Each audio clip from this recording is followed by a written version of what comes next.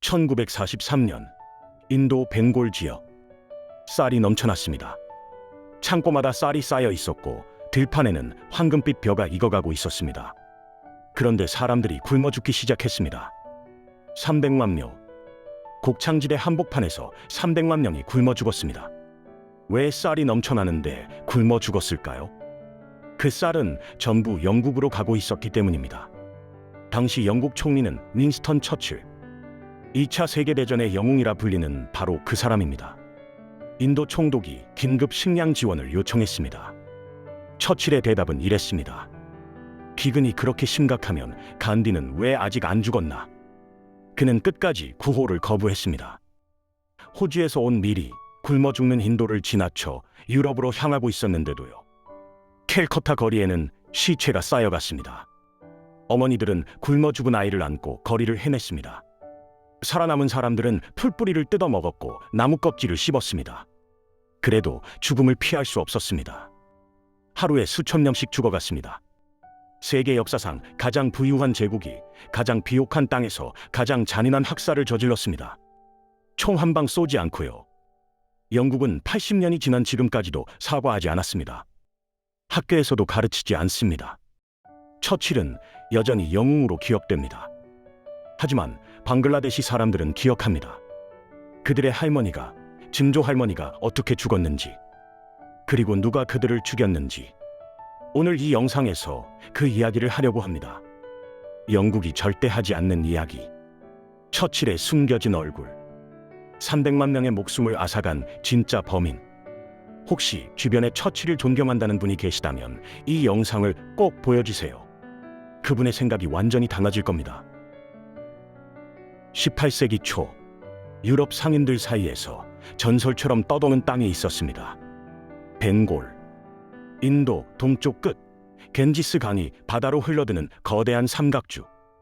이곳에서 나는 것들은 유럽 귀족들의 눈을 멀게 했습니다. 세계 최고급 연진물 모슬린. 이 천은 너무 가벼워서 이슬 위에 펼쳐놓으면 보이지 않는다고 했습니다. 로마 황제의 아내가 이 천으로 만든 옷을 입었다가 스캔들이 났을 정도였죠. 몸이 다 비쳐 보였거든요. 비단, 향신료, 염료. 벵골에서 나는 모든 것이 금값이었습니다. 당시 벵골의 경제 규모는 영국 전체와 맞먹었습니다. 유럽 전체의 GDP의 25%가 인도에서 나왔고 그 중심이 바로 벵골이었습니다. 영국인들은 이 땅을 이렇게 불렀습니다. 황금의 벵골. 1600년 영국은 동인도 회사를 설립합니다. 처음에는 그저 무역 회사였습니다. 벵골에서 면직물을 사다가 유럽에 파는 장사를 했죠. 하지만 이 장사가 너무 잘 됐습니다. 동인도 회사는 점점 커졌고 욕심도 커졌습니다. 더 싸게 사고 싶었습니다. 더 많이 가져가고 싶었습니다. 그러다 기회가 왔습니다. 1756년 벵골의 젊은 군주 시라즈 웃다올라가 영국에 경고했습니다. 내 땅에서 함부로 요새를 짓지 마라. 영국은 무시했습니다. 시라즈는 군대를 이끌고 영국 거점을 공격했습니다. 그리고 영국인 포로들을 작은 감옥에 가뒀습니다. 하룻밤 사이에 많은 포로가 질식사했습니다. 영국은 이 사건을 대대적으로 선전했습니다. 캘커타의 검은 구멍. 야만적인 인도인에게 문명인 영국인이 학살당했다. 복수해야 한다. 사실 이 사건은 과장된 부분이 많았습니다. 하지만 영국에겐 완벽한 명분이었죠. 1757년 6월 23일 플라시 전투가 벌어집니다. 영국 동인도 회사의 로버트 클라이브가 3,000명을 이끌고 시라즈의 5만 대군과 맞섰습니다.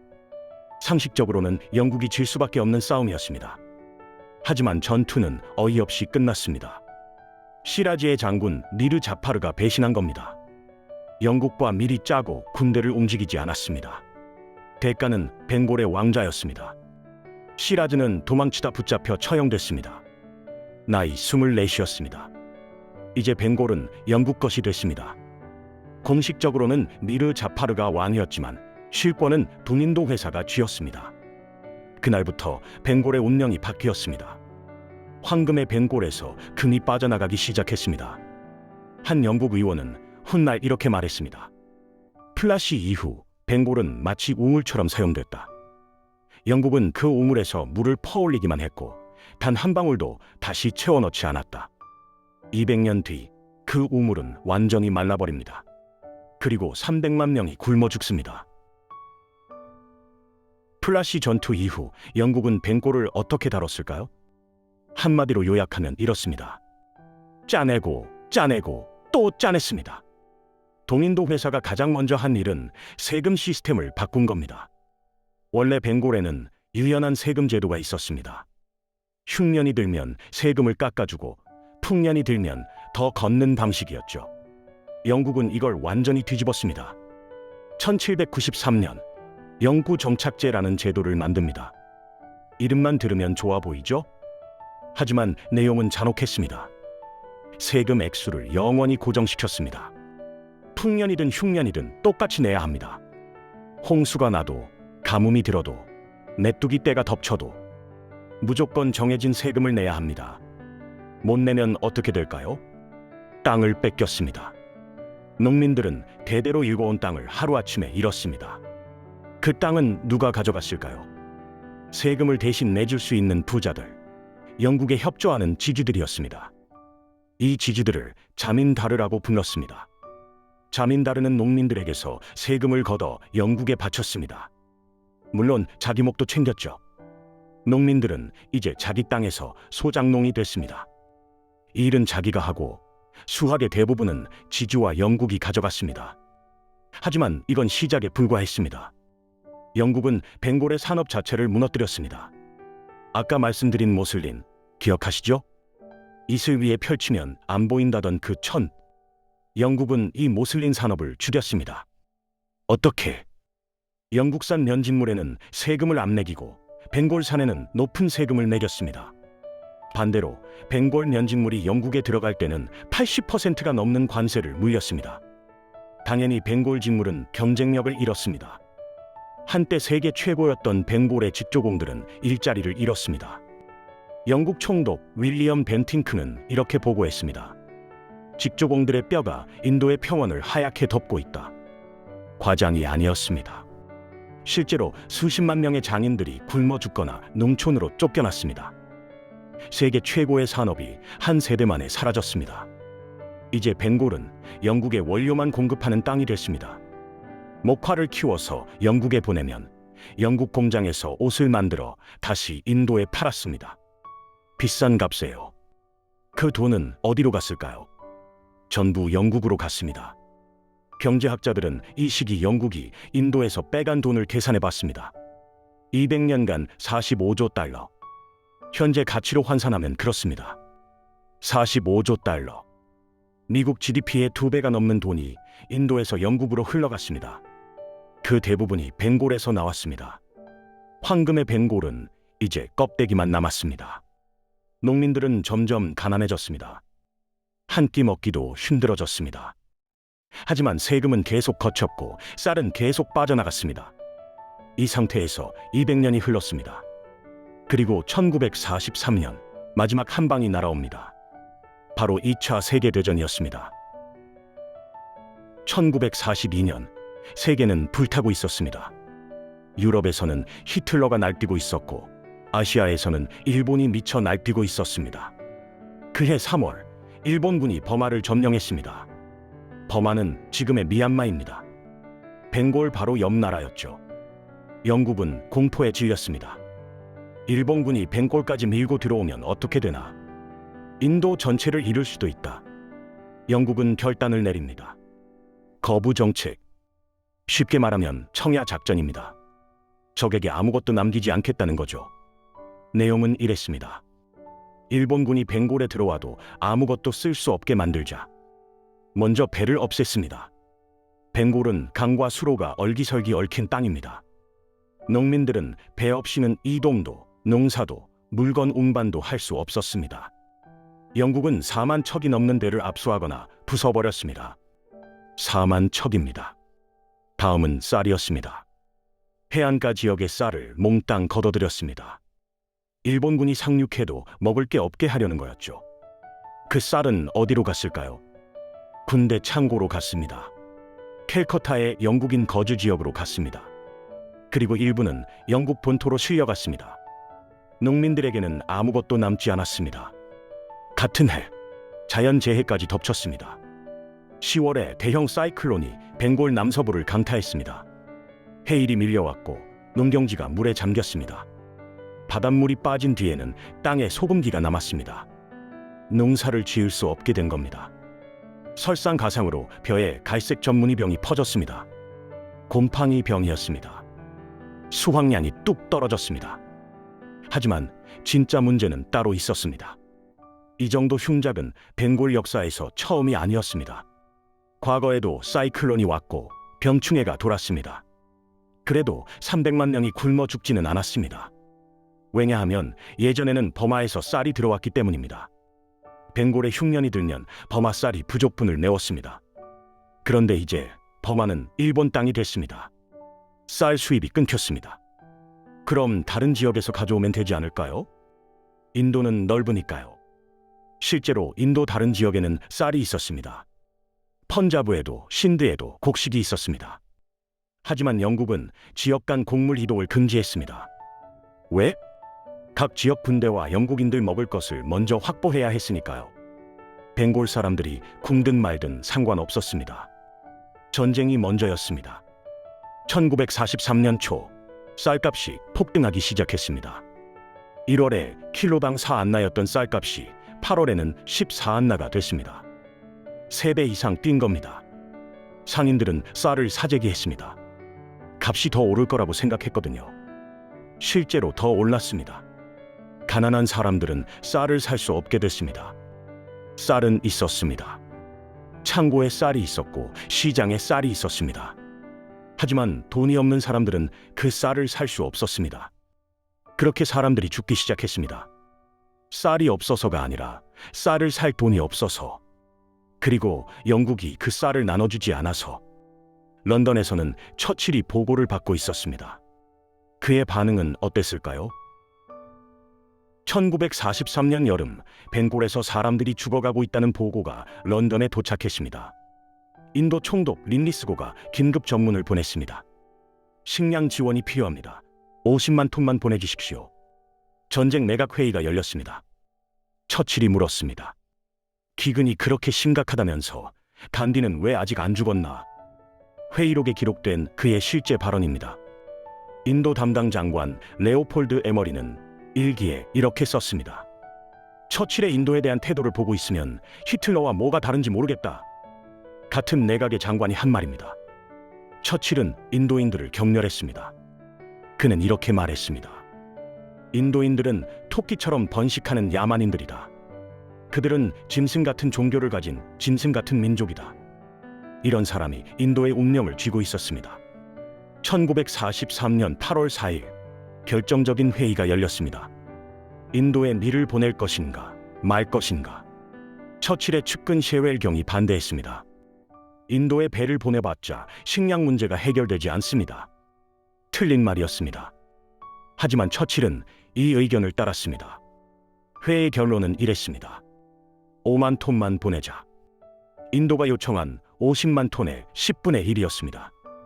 그나마 그 5만 톤도 실론, 지금의 스리랑카에 보관하고 상황을 지켜보자고 했습니다. 벵골 사람들은 상황을 지켜볼 여유가 없었습니다. 내일 죽어가고 있었으니까요. 같은 시기 영국은 무엇을 하고 있었을까요? 호주에서 밀을 실은 배들이 인도양을 지나고 있었습니다. 그 배들은 굶어 죽어가는 벵골을 지나쳐 지중해로 향했습니다. 그리스와 유고슬라비아를 위한 비축분이었습니다. 아직 해방도 안 된 나라들이었습니다. 언제 쓸지도 모르는 비축분을 위해 지금 죽어가는 사람들을 지나쳤습니다. 처칠은 왜 그랬을까요? 그는 솔직했습니다. 굶주리는 벵골인들을 구하는 것보다 튼튼한 그리스인들을 먹이는 게 더 중요하다. 레오폴드 에머리가 기록한 처칠의 발언입니다. 피부색이 달랐습니다. 그게 이유였습니다. 처칠에게 인도인의 목숨은 유럽인의 목숨과 같지 않았습니다. 수백만 명이 죽어가는 와중에도 인도에서는 식량 수출이 계속됐습니다. 1943년 한 해 동안 인도에서 빠져나간 식량이 36만 톤이 넘었습니다. 쌀과 곡물이 계속 영국과 다른 식민지로 실려 나갔습니다. 한쪽에서는 굶어 죽고 한쪽에서는 곡물이 빠져나가고 있었습니다. 총 한 방 쏘지 않은 학살이었습니다. 10월이 되어서야 상황이 조금 바뀌었습니다. 새 총독 웨이벨이 부임했습니다. 웨이벨은 군인 출신이었습니다. 그는 벵골의 참상을 직접 보고 경악했습니다. 런던에 계속 지원을 요청했습니다. 처칠은 여전히 미적거렸습니다. 웨이벨은 포기하지 않았습니다. 그는 군대 배급분까지 줄여서 구호에 투입했습니다. 명령 불복종에 가까운 결정이었습니다. 1944년이 되어서야 본격적인 식량 지원이 시작됐습니다. 하지만 이미 늦었습니다. 300만 명이 죽은 뒤였습니다. 1943년 여름, 캘커타 거리는 지옥이 됐습니다. 굶주린 사람들이 시골에서 도시로 몰려들었습니다. 도시에 가면 뭔가 먹을 게 있을 거라고 생각했습니다. 하지만 도시에도 없었습니다. 없는 건 아니었습니다. 캘커타의 영국인 거주 지역에는 음식이 있었습니다. 레스토랑은 영업 중이었고 파티도 열렸습니다. 같은 도시 몇 블록 차이. 한쪽에서는 사람이 굶어 죽고 한쪽에서는 만찬이 열렸습니다. 거리에는 시체가 쌓여갔습니다. 너무 많아서 치울 수가 없었습니다. 개와 까마귀가 시체를 뜯어먹었습니다. 아직 죽지 않은 사람 옆에서요. 목격자들의 증언이 남아 있습니다. 어머니가 죽은 아이를 안고 거리를 걸어 다녔습니다. 아이가 죽은 줄도 모르는 것 같았습니다. 뼈만 남은 사람들이 쓰레기통을 뒤지고 있었습니다. 썩은 음식이라도 찾으려고요. 어떤 사람은 풀을 뜯어먹다가 그 자리에서 죽었습니다. 더 끔찍한 기록도 있습니다. 굶주림이 극에 달하자 사람들은 인육까지 먹었습니다. 공식 기록에 남아있는 사실입니다. 가족이 죽으면 그 시체를 먹었습니다. 먹지 않으면 자신도 죽으니까요. 인간이 얼마나 극한까지 내몰렸는지 보여지는 기록입니다. 여성들의 고통은 더했습니다. 굶주린 여성들은 몸을 팔아야 했습니다. 쌀 한 줌에 자신을 팔았습니다. 어린 소녀들이 인신매매됐습니다. 부모가 직접 팔았습니다. 굶어 죽는 것보다는 낫다고 생각했으니까요. 팔려간 아이들이 어떻게 됐는지는 기록에 잘 남아있지 않습니다.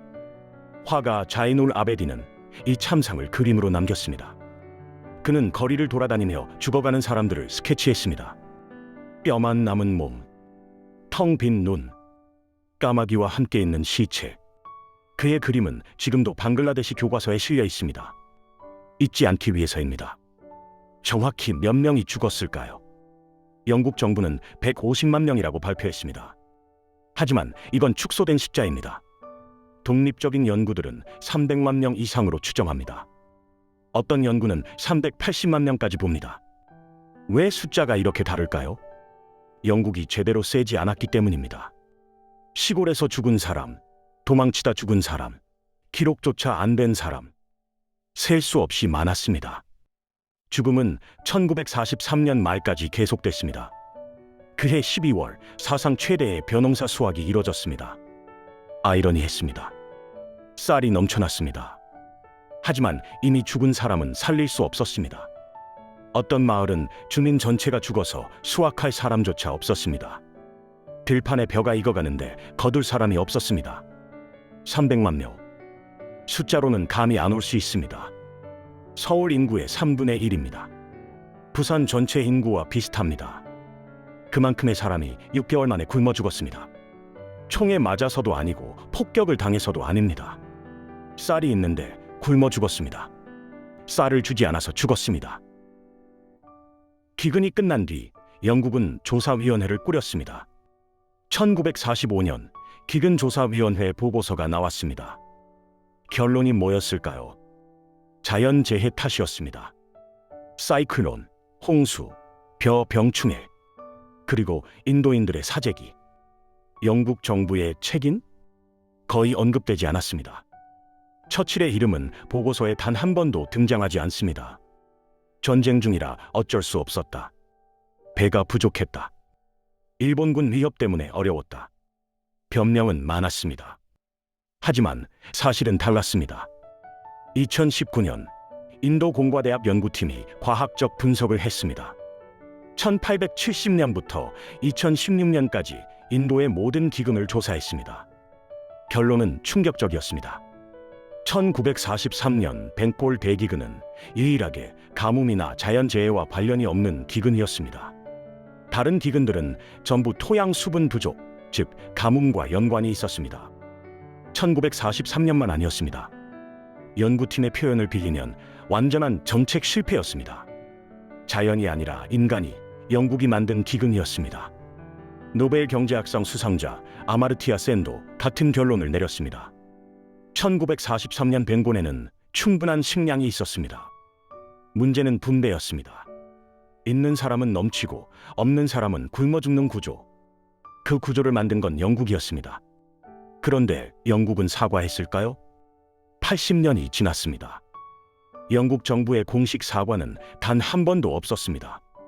2019년 인도 정치인 샤시 타루르가 영국 의회에서 연설했습니다. 처칠의 손에는 수백만 명의 피가 묻어 있습니다. 영국인들은 이 사실을 기억하고 싶어 하지 않습니다. 영국 언론 일부는 반발했습니다. 처칠은 전쟁 영웅이다. 당시 상황을 이해해야 한다. 식민지 역사를 흑백 논리로 재단하면 안 된다. 하지만 죽은 300만 명에게 당시 상황이 무슨 의미가 있을까요? 영국 교과서에는 벵골 대기근이 거의 나오지 않습니다. 처칠은 여전히 위대한 영국인 1위로 뽑힙니다. 2002년 BBC 여론조사 결과입니다. 런던 국회의사당 앞에는 처칠 동상이 서 있습니다. 매년 수많은 관광객이 사진을 찍습니다. 그 동상 앞에서 300만 명의 죽음을 기억하는 사람은 거의 없습니다. 역사는 승자가 씁니다. 영국은 이겼고 인도는 식민지였습니다. 그래서 이 이야기는 묻혔습니다. 아일랜드 대기근은 그나마 알려져 있습니다. 100만 명이 죽고 100만 명이 떠났죠. 벵골 대기근은 300만 명이 죽었는데도 훨씬 덜 알려져 있습니다. 왜일까요? 아일랜드는 백인이었고 벵골은 아니었기 때문은 아닐까요? 씁쓸하지만 그게 현실입니다. 인도는 1947년 독립했습니다. 대기근이 끝난 지 4년 뒤였습니다. 영국은 떠났습니다. 하지만 영국이 남긴 상처는 사라지지 않았습니다. 오히려 더 큰 비극이 시작됩니다. 영국이 떠나면서 인도에 마지막 선물을 남겼거든요. 선 하나. 지도 위에 그은 선 하나. 그 선이 또 다른 수백만 명의 운명을 바꿉니다. 정리하겠습니다. 1943년 벵골 대기근. 300만 명이 죽었습니다. 쌀이 없어서가 아닙니다. 쌀은 있었습니다. 창고에도 있었고 들판에도 있었습니다. 하지만 그 쌀은 영국으로 갔습니다. 유럽으로 갔습니다. 군대로 갔습니다. 벵골 사람들에게는 가지 않았습니다. 200년간 영국은 벵골을 착취했습니다. 황금의 땅을 껍데기로 만들었습니다. 그리고 마지막 순간 굶어 죽는 사람들을 외면했습니다. 토끼처럼 번식하는 야만인들. 간디는 왜 아직 안 죽었나? 이게 당시 영국 총리의 말이었습니다. 2차 세계대전의 영웅이라 불리는 사람. 하지만 벵골 사람들에게 그는 학살자였습니다. 영국은 80년이 지난 지금까지 사과하지 않았습니다. 교과서에도 가르치지 않습니다. 처칠은 여전히 영웅입니다. 하지만 역사는 기억합니다. 방글라데시 사람들은 기억합니다. 자이눌 아베딘의 그림은 지금도 교과서에 실려 있습니다. 뼈만 남은 사람들, 까마귀와 함께 있는 시체들. 그 그림을 보며 아이들은 배웁니다. 우리 할머니들이 어떻게 죽었는지, 누가 그들을 죽였는지. 1947년 영국은 마침내 인도를 떠났습니다. 대기근이 끝난 지 4년 뒤였습니다. 떠나면서 영국은 마지막 선물을 남겼습니다. 지도 위에 선 하나를 그었습니다. 여기는 인도, 여기는 파키스탄. 그 선을 그은 사람은 인도에 한 번도 가본 적 없는 영국인이었습니다. 5주 만에 그었습니다. 그 선 하나가 1,500만 명을 난민으로 만들었습니다. 100만 명이 죽었습니다. 그리고 동파키스탄이라는 기이한 나라가 탄생합니다. 2,000km 떨어진 두 땅이 하나의 나라가 됩니다. 언어도 다르고 문화도 다른데 같은 나라라고 했습니다. 이유는 단 하나. 같은 무슬림이니까. 하지만 형제는 형제를 착취했습니다. 24년 후 그 분노가 폭발합니다. 다음 영상에서는 그 이야기를 하겠습니다. 선 하나가 어떻게 또 다른 비극을 만들었는지, 형제가 어떻게 적이 되었는지, 1947년 분할의 비극, 그 이야기가 기다리고 있습니다.